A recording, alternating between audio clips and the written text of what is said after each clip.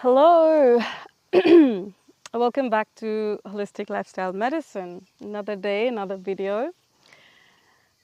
A couple of weeks ago, I was in Melbourne and I was around my mother, and I casually remarked to her, I said, you know, my parents cannot agree on my time of birth. Both of them have different ideas. So it's somewhere around 1 a.m. to 2 a.m. my mother thinks, somewhere around 7 a.m. to 8 a.m. my father thinks. And because they have no idea when I was born, I cannot get a birth chart, or Janam Kundli as it's called in India. Now, that has never been a problem because growing up I had no interest in getting one.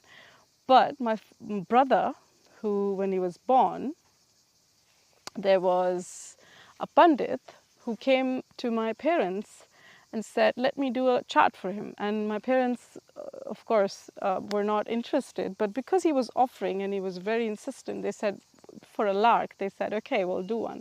And this Pandit did a birth chart for my brother, which they promptly put away in a cupboard somewhere and forgot all about it, because in amongst the Sikhs, the heritage that I come from, it's just not a thing that they do.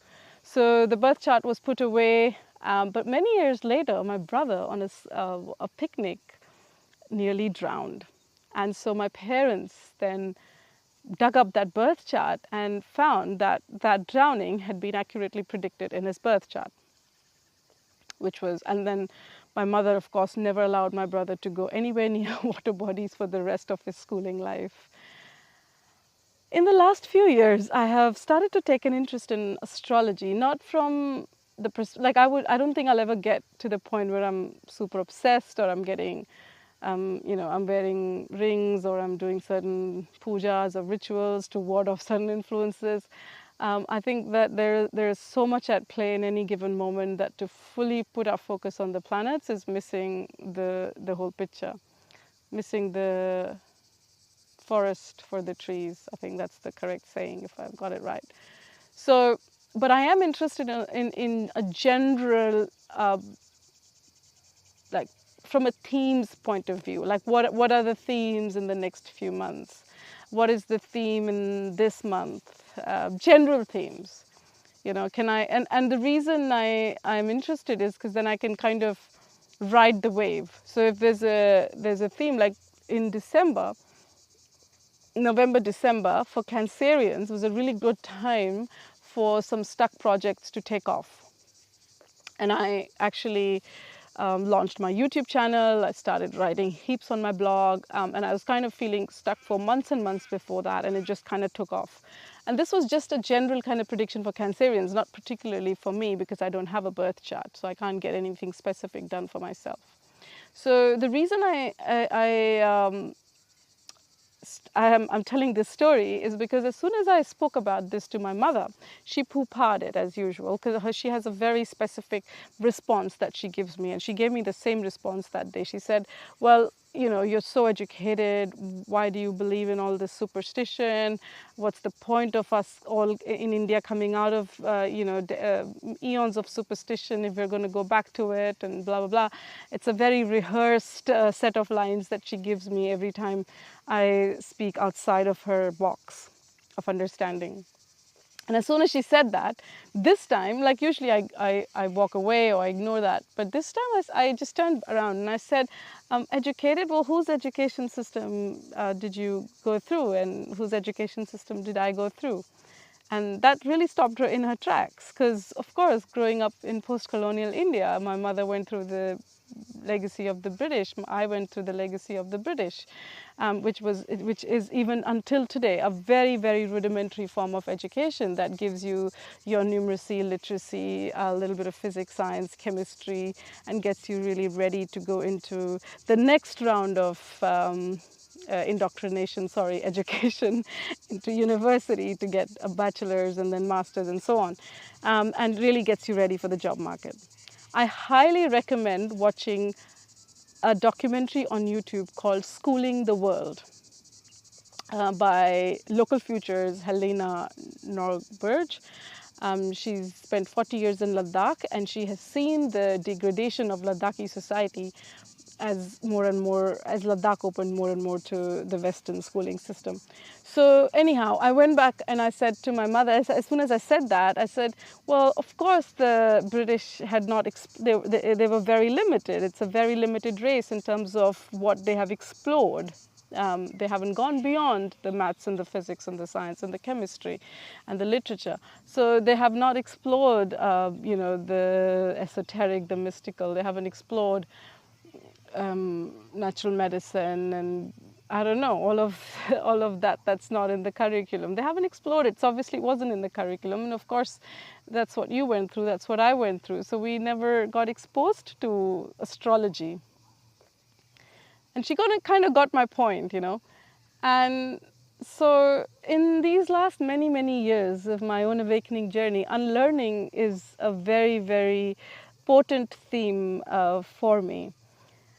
And I give the example of our schooling and education systems as an example. We can unlearn in just about every aspect of our lives.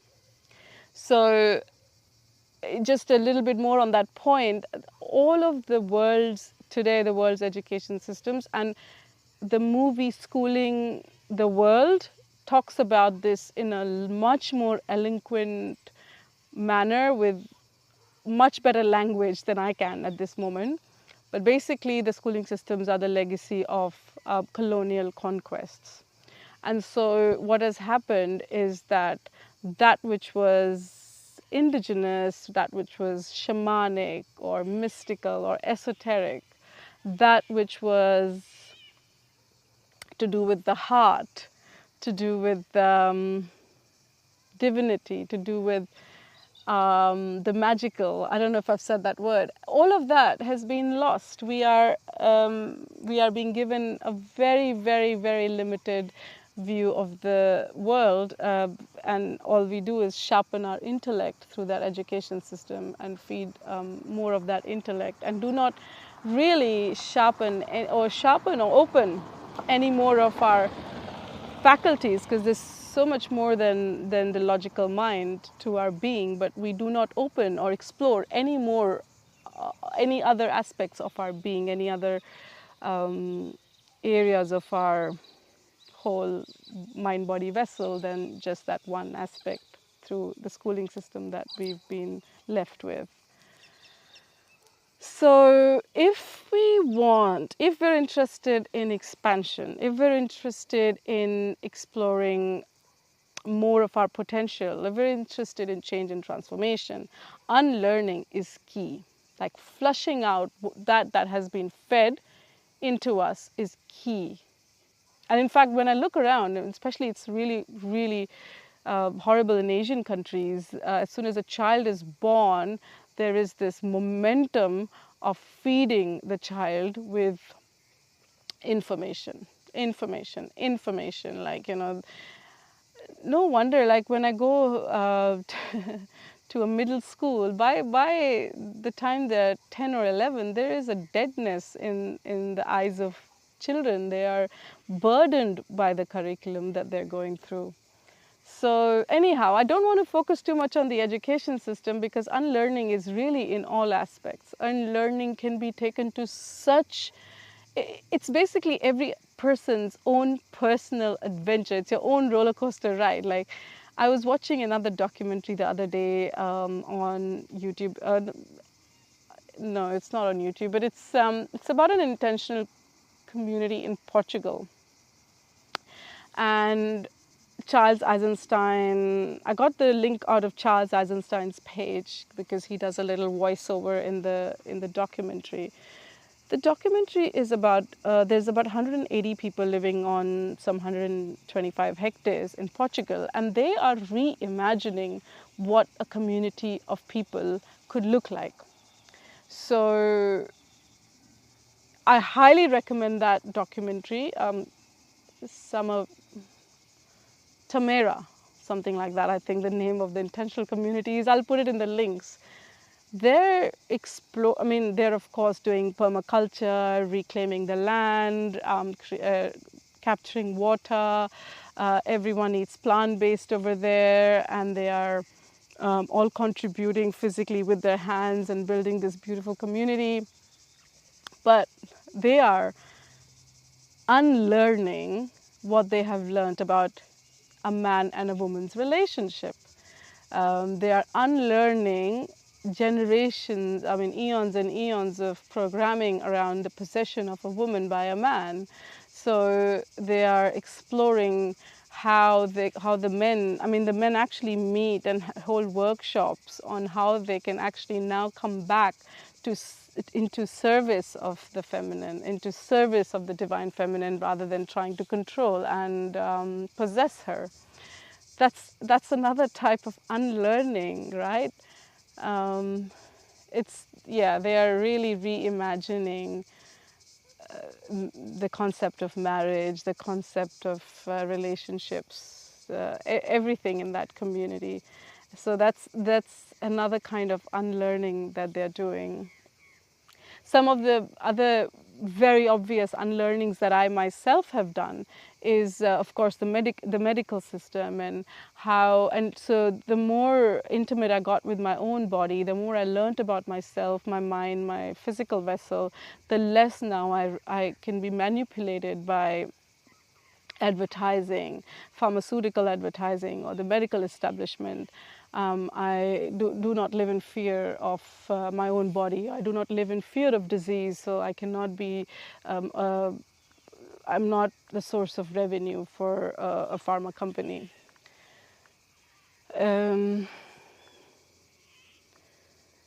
Another type of unlearning that I can speak to personally for me has been around material wealth, and the idea of how much do I want, what do I really need, and then what are my wants, and then looking at where my wants or my need for acquiring comes from, from my own sense of lack, or from my own programming or ancestry, or growing up in a poor country, and looking at, well, what does it take to feel content? It's been a very, very interesting exploration and a journey of looking at my wants and my desires, and unlearning in that area, unlearning in that aspect of acquiring of material goods. And yeah, that has been very liberating. So I would equate unlearning with liberation. There is no liberation without unlearning. And it is a very courageous act to unlearn, because as you start to unlearn, you can then ensure that your next generation are not going to be so programmed. Because what happens when we're fully fed with information and curriculums that are outdated, that do not serve the collective, do not serve the rise of human consciousness, do not serve the healing of the wounding that we all carry, when we keep looping through those kind of curriculums that do not serve us, we then feed the next generation that same curriculum, because we haven't woken up to that. The next generation then feeds the next generation, and so there is no coming out of these cycles of conditioning, these cycles of poor learning.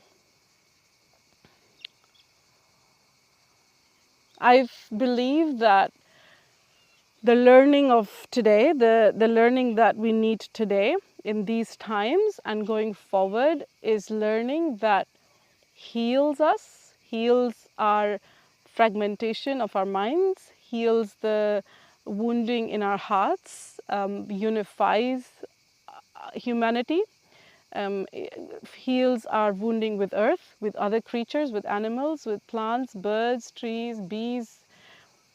That's the kind of learning we need, so that we can come into a harmonious relationship with everything around us. That kind of education, that kind of learning, is the highest learning in my view.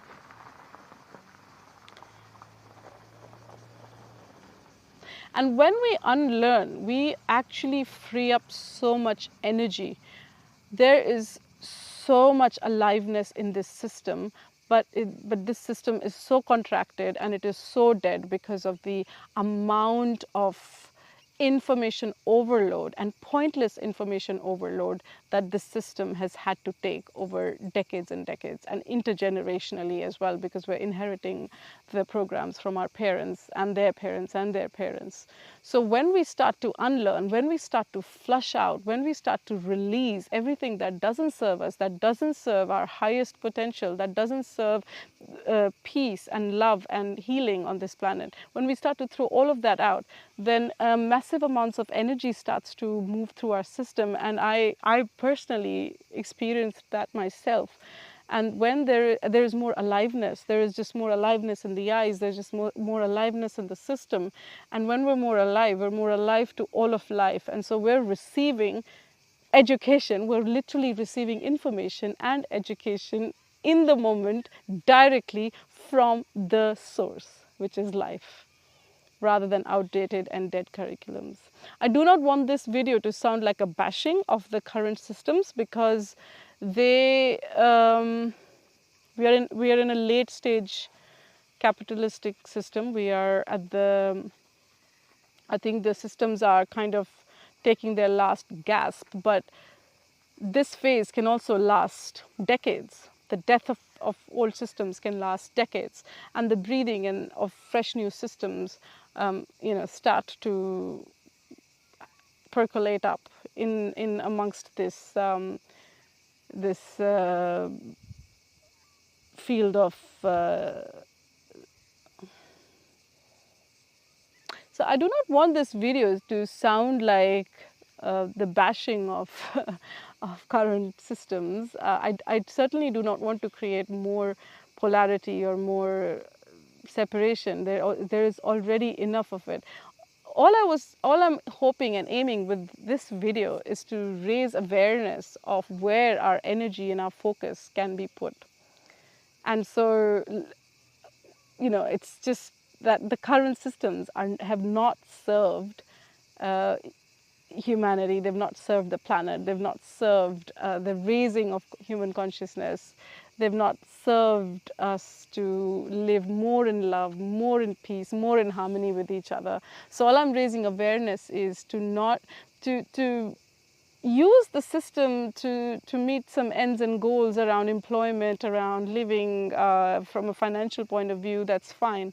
But beyond that, freeing our system up, freeing our energy up to learn fresh, to absorb fresh information that serves the raising of our potential, the raising of our consciousness, that serves us in terms of bringing more peace and love amongst ourselves. So we need to kind of start. I feel like that needs to be everyone's focus right now. Look at the state of the affairs around us at the moment. If we start to prioritize our energy, our learning, and what we absorb in that direction of healing, then we are putting our energies to good use. I don't know if I've rambled on too much today. I'm going to end here. Thank you.